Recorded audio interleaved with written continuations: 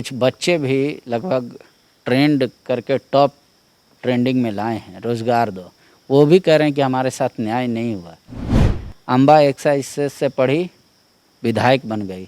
हम लोग एक आदत नौकरी की तलाश के लिए इस सरकार को लाए थे, नहीं हो पाए। अब क्या उम्मीद है, आखिरी उम्मीद आपको क्या लग रहा है, कब तक आपके पिताजी जेल से बाहर होंगे? Justice delay is justice denied. आपको लग रहा है आपके साथ वैसा हो रहा है?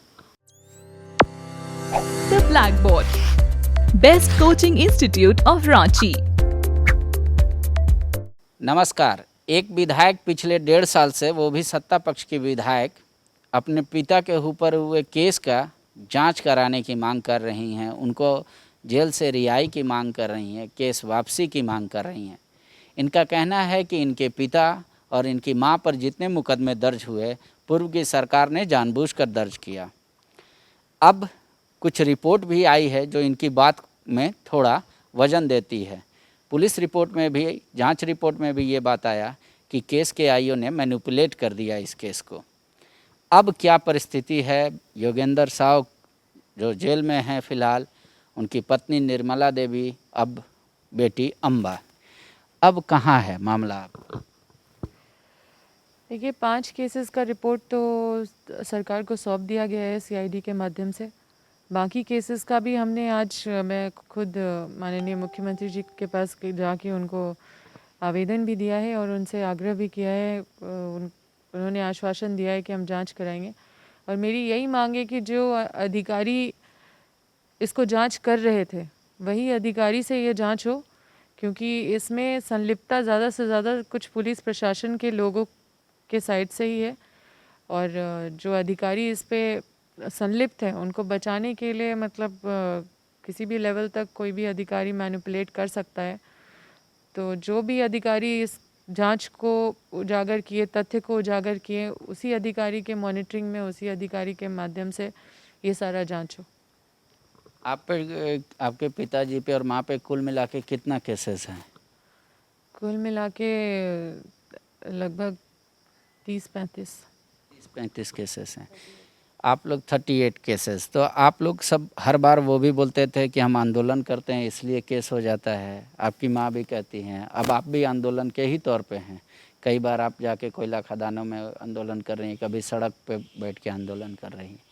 लेकिन कोई किसी के मन में तो सवाल होगा कि ये तो जो स्टेट है ये कानून से चलता है, किसी के चाहने और ना चाहने से तो नहीं चलता। फिर अम्बा के साथ न्याय क्यों नहीं होता? अगर आप न्याय की ही बात कर रही हैं कि मेरे साथ न्याय नहीं हो रहा। देखिए ये सारा चीज़ जांच पे ही आपको पता चल जाएगा। गोलियां चलती है, 4 लोग मरते हैं, हाँ, पब्लिक के साइड से भी केस होता है।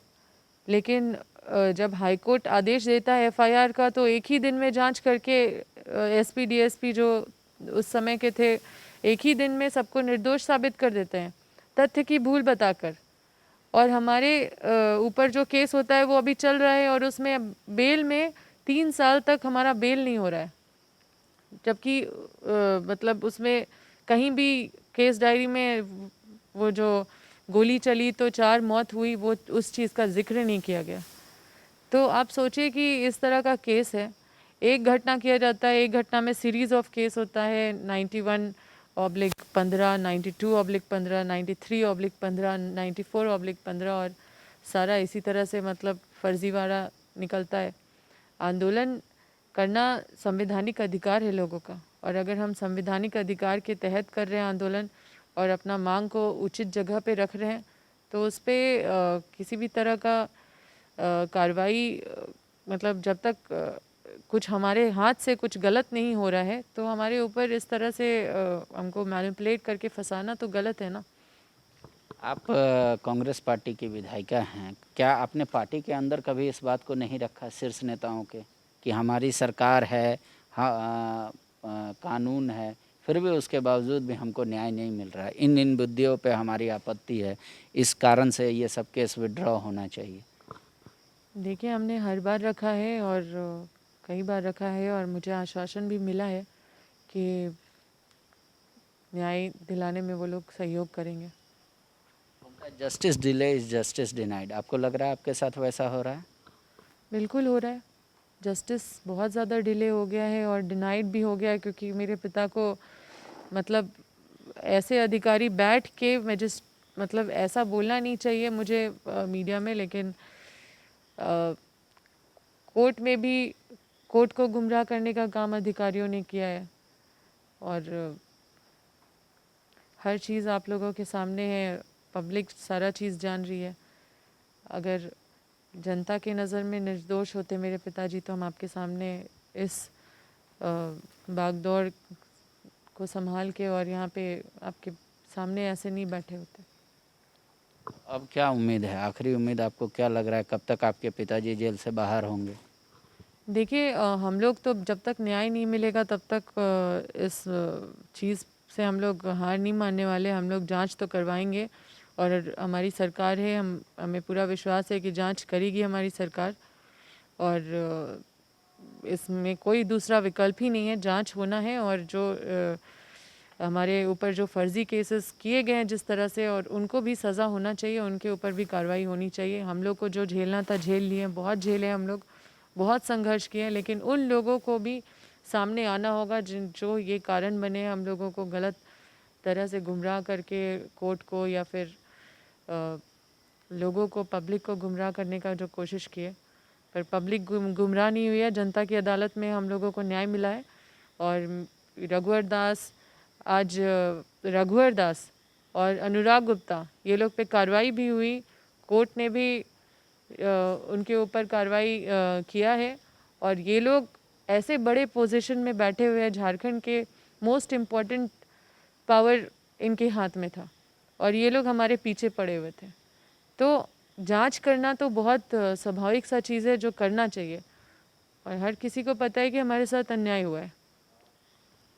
कुछ अलग इतर एक सवाल है, कुछ बच्चे भी लगभग ट्रेंड करके टॉप ट्रेंडिंग में लाए हैं, रोज़गार दो, वो भी कह रहे हैं कि हमारे साथ न्याय नहीं हुआ। अम्बा एक्साइज से पढ़ी, विधायक बन गई। हम लोग एक आदत नौकरी की तलाश के लिए इस सरकार को लाए थे, नहीं हो पाया। बिल्कुल पांडे जी, देखिए हमें भी बहुत दुख होता है, लेकिन क्योंकि कोविड के वजह से आप जान रहे हैं कि हमारे पूरे कार्यकाल में लगभग पूरा कार्यकाल ही समझिए लॉकडाउन रहा, और 2 महीना जो विधानसभा चला वो, उसके अलावा हमें जो भी हमने काम किया वो इसी बीच में किया है, और सरकार भी कई सारी चुनौतियों का सामना कर रही है।